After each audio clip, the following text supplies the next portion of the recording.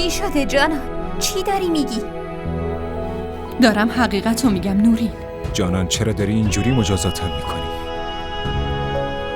با هم دعوا کن، با هم بحث کن، اما لطفاً این حرفا رو نزن. جانان به من اعتماد کن، امروز با هم بیا. اونقدر خوشبختت میکنم که مشکلات قبل کاملا فراموش کنی. اینو بهت قول میدم. پس اعتماد چی؟ اون اعتمادی که من بهت داشتم و از کجا میخوای برگردونی؟ به خاطر بی‌اعتمادیت نامزدیم و با اسکندر به هم زدم و با این که بهت بی‌اعتماد بودم بازم این رابطه رو باهات ادامه دادم. همش کوتاه اومدم، اما الان دیگه نمیخوام باهات باشم و گلایه‌ای هم به خاطرش ندارم.